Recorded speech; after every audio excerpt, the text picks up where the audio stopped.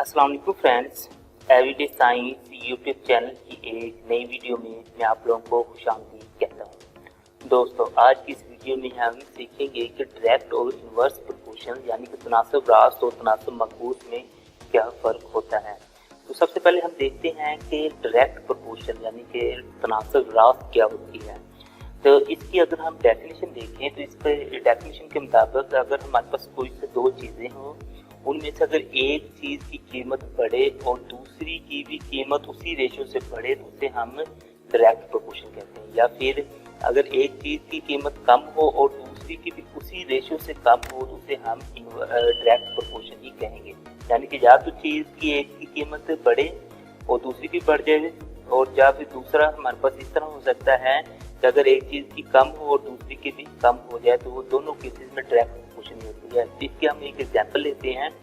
तो एग्जांपल है Asma can iron 5 shirts in 14 minutes. Asma 14 मिनटों में 5 शर्टें इस्त्री कर सकती है। How long will she take to iron 35 shirts. तो अगर उसने 35 शर्टें इस्त्री करनी हो तो वो कितना टाइम लगाएगी। तो इसमें सिंपल सी बात ये है कि अगर 14 मिनटों में वो 5 शर्टें इस्त्री करती है तो 35 शर्टें इस्त्री करने के लिए उसे ज़्यादा टाइम चाहिए होगा। यानी कि शर्टों की तादाद भी बढ़ेगी और टाइम भी बढ़ जाएगा। तो इस तरह की जो हमारे पास कोई भी प्रोपोर्शन आ जाएगी वो डायरेक्ट प्रोपोर्शन होगी। अब हम इन्वर्स की बात करते हैं। तो इन्वर्स प्रोपोर्शन का मतलब ये है कि अगर हमारे पास दो चीज़ें हों, अगर एक चीज़ की कीमत बढ़े और दूसरी की कम हो जाए, या फिर एक की पहली की कम हो और दूसरी की बढ़ जाए तो इसे हम इन्वर्स प्रोपोर्शन कहते हैं। यानी कि उल्ट हो, एक की बढ़े दूसरी की कम हो जाए, या फिर पहले की बढ़े और दूसरी की कम हो जाए तो वो हमारे पास इन्वर्स प्रोपोर्शन होगी। इसकी हम एग्जांपल लेते हैं। 14 horses graze a field in 25 days. इसका मतलब ये है कि हमारे पास एक खेत है और उसमें ना अगर 14 घोड़े अगर उसे चलें तो वो हमारे पास 25 दिनों में खत्म हो जाता है। In how many days will 35 horses graze it. अगर हम घोड़ों की तादाद बढ़ा देते हैं, 14 से हम 35 कर देते हैं, तो वो कितने दिनों में ना वही खेत कितने दिनों में वो मतलब के खत्म कर देंगे। तो इसका मतलब ये है कि अब देखें कि अगर 14 घोड़े वो 25 दिनों में उसे खत्म करते हैं, तो अगर 35 अगर हमारे पास घोड़े हो जाएंगे तो वो थोड़े दिनों में खत्म कर देंगे, क्योंकि अब घोड़ों की तादाद बढ़ गई है और दिन हमारे पास कम हो गए हैं। तो इस तरह की जो हमारे पास प्रोपोर्शन होगी वो इन्वर्स प्रोपोर्शन यानी कि तनासब मकबूस होगी। अब हम ना कि तनासब रास्त और तनासब मकबूस दोनों के सवाल लेते हैं, उनको देखते हैं कि उनको हम सॉल्व कैसे कर सकते हैं। फॉर एग्जाम्पल मतलब ये सवाल है, if a man can weave 450 metre cloth in 6 hours, then how many metres of cloth can he weave in 14 hours. मतलब इसका मतलब ये है कि अगर 6 घंटों में वो 450 मीटर जो क्लॉथ है उसको वीव कर सकता है, तो फिर उसे 14 घंटों में कितना वीव करेगा। तो इसमें देखें, अगर वो 6 घंटों में 450 मीटर कर रहा है तो 14 घंटों में वो ज़्यादा ही करेगा। टाइम बढ़ गया है तो वो फिर क्लॉथ की मकदार भी तो हमारे पास बढ़ जाएगी। तो ये हमारे पास डायरेक्ट प्रोपोर्शन है। तो जब आप लोगों ने इसको लिखना है तो आप लोग ये चीज़ याद रखें कि जो चीज़ आप लोग मालूम करनी है उससे पहले लिख लें, क्योंकि हमने ये क्लॉथ मालूम करना है तो इसे हमने पहले लिख लिया। और जो चीज़ हमें मालूम है यानी कि ये देखें जो हमारे पास टाइम है वो दोनों केसेस में मालूम है तो वो हम बाद में लिख लेते हैं। अब सबसे पहले हम देखते हैं कि हमारे पास पहले 450 मीटर क्लॉथ था और घंटे हमारे पास 6 थे, हमने लिख लिया।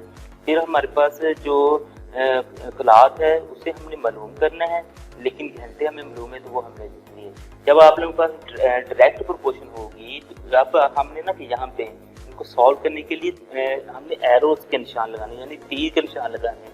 जब आप लोगों के पास डायरेक्ट प्रोपोर्शन होगी तो उस केस में आप लोगों ने दोनों तीर ऊपर की तरफ कर देने हैं, ऊपर की तरफ दोनों तीर ऊपर ना, तो जो ये वाला इसके एरो हेड है ना ये दोनों को ऊपर की तरफ कर देना। अब हमने इसको लिखना है। जब आप लोग लिखने जाना है तो आप लोगों ने इसकी टेल से हेड की तरफ जाना है, यानी इधर से उधर जाना है। पहले x लिखना, फिर 450, फिर पहले 14 लिखना, फिर 6। तो हम इसे कुछ इस तरह लिखेंगे, x बटा 450 14 बटा 6। अब ये 450 इधर तकसीम हो रहा है तो उधर जाके हमारे पास ज़रब हो जाएगा। जब हम इसे 14 को 450 से ज़रब करेंगे जो आंसर आएगा उसे हमने 6 पे तकसीम करना होगा। तो हमारे पास ये आंसर 1050 मीटर आ जाएगा। इस तरह हमने ये पूरी जो हमारे पास डायरेक्ट प्रोपोर्शन के एग्जाम्पल थी उसे हमने सॉल्व कर लिया। अब हम एक और एग्जाम्पल लेते हैं। तो हमारे पास है if 36 man can build a wall in 21 days, find how many man can build the same wall in 14 days. हमारे पास आदमी है 36, वो एक जो हमारे पास दीवार है वो 21 दिनों में ना कि कंप्लीट कर देते हैं। तो अब हमने क्या किया कि हम कहते हैं कि नहीं, हम ना वही जो दीवार है ना वो 21 की बजाय ना हम 14 दिनों में कंप्लीट करना चाहते हैं।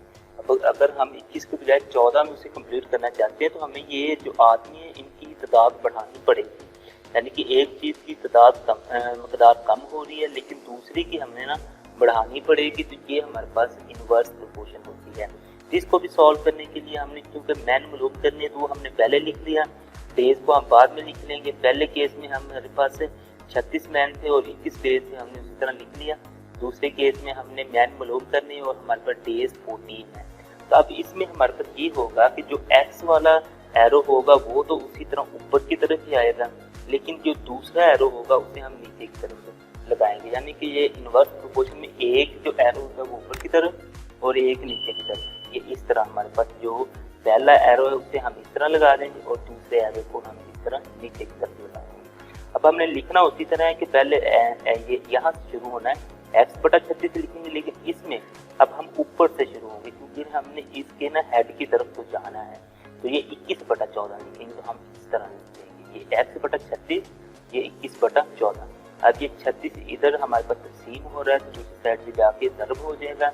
21 को 36 से ज़रब दें और साथ जो आपको 14 पे तकसीम कर दें तो हमारे पास इसका आंसर 54 मैन आएगा। यानी इस एग्जाम्पल को इन्वर्स वाली को अगर हम सॉल्व करते हैं तो हमारे पास ये आंसर 54 मैन निकल आता है। इस तरह आप लोगों के पास कोई भी डायरेक्ट या इन्वर्स प्रोपोर्शन वाली एग्जाम्पल आएगी तो सबसे पहले आप लोगों ने डिसाइड करना है कि अगर वो हमारे पास डायरेक्ट है या फिर इन्वर्स है, फिर ही आप लोग उसे ना कि सही तरीके से सॉल्व कर सकते हैं। दोस्तों उम्मीद है आपको आज की वीडियो बहुत अच्छी लगी होगी। वीडियो अच्छी लगे तो इसे लाइक करें, इसे अपने दोस्तों के साथ शेयर करें और हमारा चैनल लाजमी सब्सक्राइब कर लें। Thanks for watching. अल्लाह निगहबान।